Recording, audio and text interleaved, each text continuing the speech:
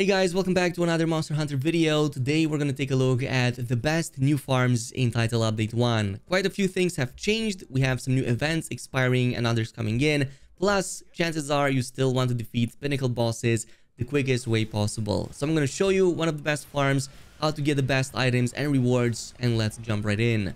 Now, right from the start, if you still have it, go ahead and complete Anguish and Atrocity event quest as many times as you still can. This is going to expire later today, and I will show you a replacement for it in just a little bit. But this was actually really great at achieving two things at the same time. One, it was giving quite a bit of XP, about half a level, sometimes 3/4 of a level, even at Hunter rank 150. And second of all, it was giving you also those Nourishing Extracts. And Nourishing Extracts are one of the main ingredients you can use to craft the Mega Demon Drugs, which is an amazing buff that lasts 30 minutes and also gives you +7 to raw attack. And guess what? You can also further stack it with some of the mighty pills and other mega pills that we're gonna craft in this video as well. So really awesome, and as you can see, we were getting anywhere between 2 all the way to 6, sometimes even 8 of those Nourishing Extracts per run, which was anywhere between 3 to 4 minutes to complete, plus all the extra levels. Now, if that mission expired for you already, what you can do is replace it with another Guardian Hunt. Pretty much all Guardian Hunts have a chance to give you those Nourishing Extracts, but likely the quickest will be the small white feathers. In this one, you just have to fight 6 of those small Guardian Secrets, which are easy to take down. No, you're not going to get the same amount of XP as the event one, but you will get similar amounts of those Nourishing Extracts. And on a related note, if you are going to farm these quest rewards or any quest rewards in the future for that matter, there's no reason to ignore the Kunafa cuisine. This is going to give you the lucky meal, which sometimes increases the number of reward items that you receive at the end of a quest, which is going to help a ton. As you can see, we are getting extra extracts, but also extra stuff as well that we can then funnel into crafting some of the buffs that we want.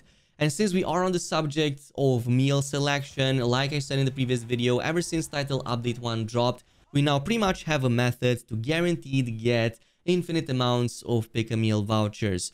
So in this case, you can totally use the specific meal vouchers. Unfortunately, those are going to be given to you by login bonuses, and it's going to be random per day. So in this case, it's better to go for the pick-a-meal voucher because they pretty much work for all of the 4 meal selections or any meal that will be replaced here in the screen.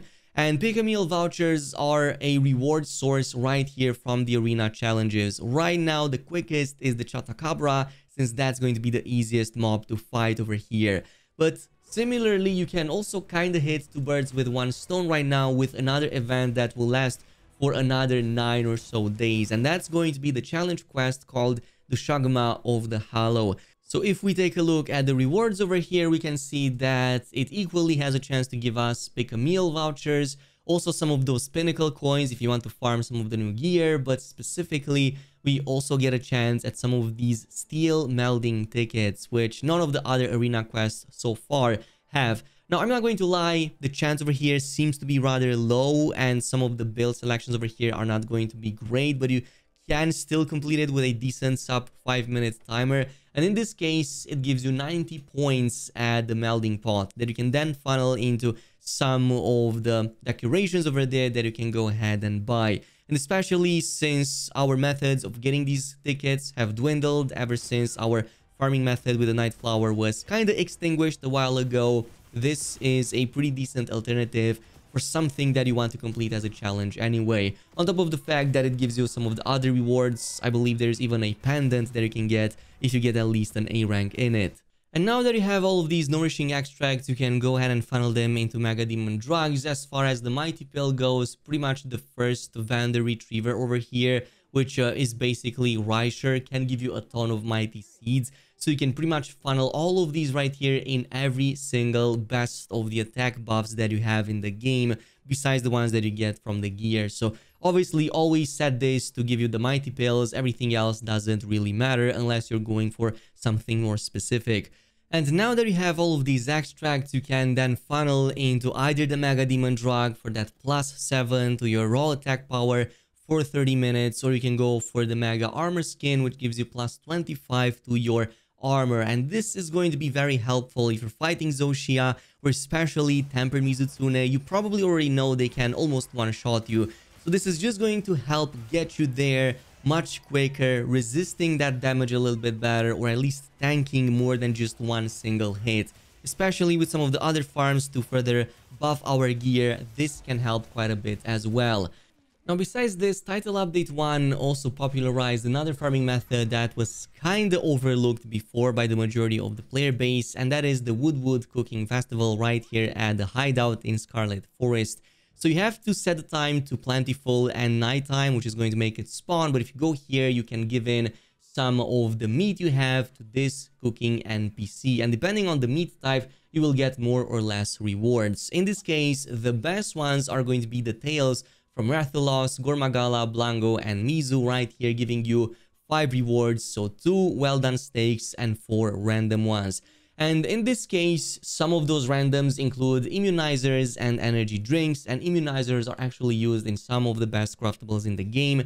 So for example, you can combine that with a Mighty Seed to get a Mighty Pill, which gives you 25 true raw attack for 20 seconds, which is really good, and it stacks with the Mega Demon Powder from before, even the regular Mighty Seed and all of the other stuff we talked about. Or you can craft an Ancient Potion using that and the Nourishing Extract. It acts similar to the Max Potion, bringing you back to full HP, even extending it if it's not extended. And as you can see, we get 1 immunizer and 1 energy drink per. So if we give in like 5 of these, we get quite a lot of them, plus the well-done steaks. And well-done steaks, you already know, we talked about it before, they are very good even in fights, further extending HP and the stamina bar, and also very good as a source of healing if you don't have anything else at the ready. And now that you have all of these right here, you can now buff your character to extreme levels. You can pretty much stack very easy 35 plus true raw attack, if not even more than that, plus 25 plus extra armor as well to help a ton in some of these combat scenarios, especially since Zoshia and Tempered Mizutsune are pretty much going to one-shot you if you don't have everything up to par, including leveling up your gear and increasing your armor. And on that note, I'm going to talk about the next best farming method, which is going to be SOS Flares, specifically ones set at 8 stars against everything, but pretty much the 3 biggest bosses here will be the Tempered Archveld, Tempered Mizu, and also Zoshia. However, for now, I recommend focusing on Tempered Archveld and especially ones with the Archveld gems. If you take a look at this and compare that with the Zoshia gem, they literally give you the same amount of points at the forge over in the oil well basin. So literally the Archveld gem just became even more valuable. And in this case, we're going to funnel that into all of the armor spheres that we need to further buff our gear. We have 1 or 2 extra levels for each gear piece in Title Update 1 compared to before, and every one of those second last levels will now require 10,000 points. So you literally need 10,000 or 10 Archveld gems per item per level from level 7 to 8 and 9. So in this case, you're going to want to go ahead and filter for 8 stars, go to SOS Flares, and jump into any investigation that lists a guaranteed Archveld gem. If you don't see one, go ahead and refresh the page once again. You don't have to log out, just filter again, refresh, and you're going to see the new page once again. Sometimes it bugs out and shows you old investigations you can't join in, but that is just a bug. Now, as far as I'm aware, I don't think that the Archveld guaranteed gem here has a chance to drop twice from the Lucky Meal ticket because it's a bonus reward, not an end quest reward. So I think the category is slightly different, which is why it doesn't get affected by the Lucky Meal buff. But you can totally go with the Carver Meal instead, which is going to increase the rewards you get from carving, and in this case you can totally go ahead and cut Archveld's tail, as that does have a chance to give you Archveld gem. Even though it is small, you can have the extra chance by getting the Carver Meal buff over there. But obviously, besides all of this, you get also extra XP, pretty much a whole level by just going in one of these expeditions. Typically it takes 10 minutes or less with a good party. And on top of that, you also get all of the Artian weapon parts, as Artians are still the best options in the game. You can get all of those parts to funnel in your perfect item. Similarly, the bounties just became a lot more important in the new update, just because we don't have the golden tickets as a quick resource anymore. The silver and the steel ones become way better. So in this case, completing those limited daily bounties or weekly bounties just became even more important. Those 450 extra points or 300 in the case of the ancient versions are a godsend here.